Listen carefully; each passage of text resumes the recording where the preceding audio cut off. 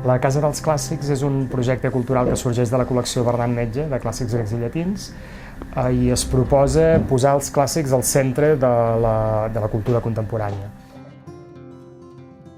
Considerem que és important dur a terme un projecte de divulgació dels clàssics, d'una banda perquè és el destil·lat de la saviesa humana al llarg de la història, no? Són persones que ja s'han fet preguntes que avui ens fem. Els clàssics parlen de la justícia, de l'odi, de l'amor, parlen de qüestions universals que han anat evolucionant al llarg de la història, que han anat canviant, però els clàssics són els que han definit, per dir-ho d'alguna manera, els límits dels nostres debats i dels nostres conceptes. La col·lecció Bernat Metge de clàssics grecs i llatins és una col·lecció que es va anunciar l'any 1922 i que va treure el seu primer volum el 1923. Per tant, té gairebé 100 anys i nosaltres ens sentim continuadors d'aquesta història de gairebé 100 anys. Quan vam crear la Casa dels Clàssics vam pensar que calia fer una obra que fos una declaració de principis i això ho vam fer encarregant al pintor Miquel Barceló un llibre d'artista, un llibre de bibliòfil, a partir d'aquestes sentències del llibre Aurea Dicta.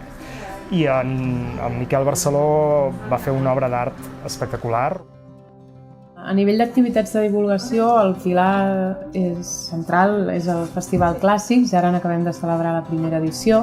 És un festival d'arts i pensament en el que fem és, en cada edició, encarregar obres noves a artistes de tot tipus de disciplines i els proposem que creïn una obra nova en diàleg amb textos clàssics, sempre entorn a un tema.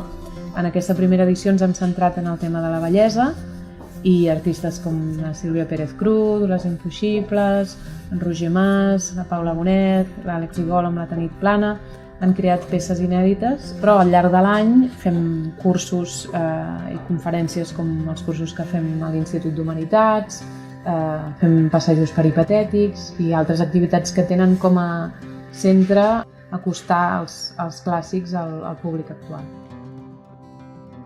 El nostre primer objectiu és continuar la col·lecció Bernat Metge. La col·lecció Bernat Metge és viva i continua publicant uns quants volums l'any. El segon objectiu és consolidar les noves col·leccions que estem fent. Estem fent la Bernat Metge essencial de clàssics a preus molt assequibles d'una banda i de l'altra la Bernat Metge universal, que és la col·lecció on acabem de publicar la Ilíada. Per tant, tenim de cara als pròxims anys, des del punt de vista editorial, la voluntat de consolidar aquests projectes. El nostre objectiu, o gairebé somni, si vols, és aconseguir que els clàssics estiguin presents en gairebé tots els àmbits de la vida.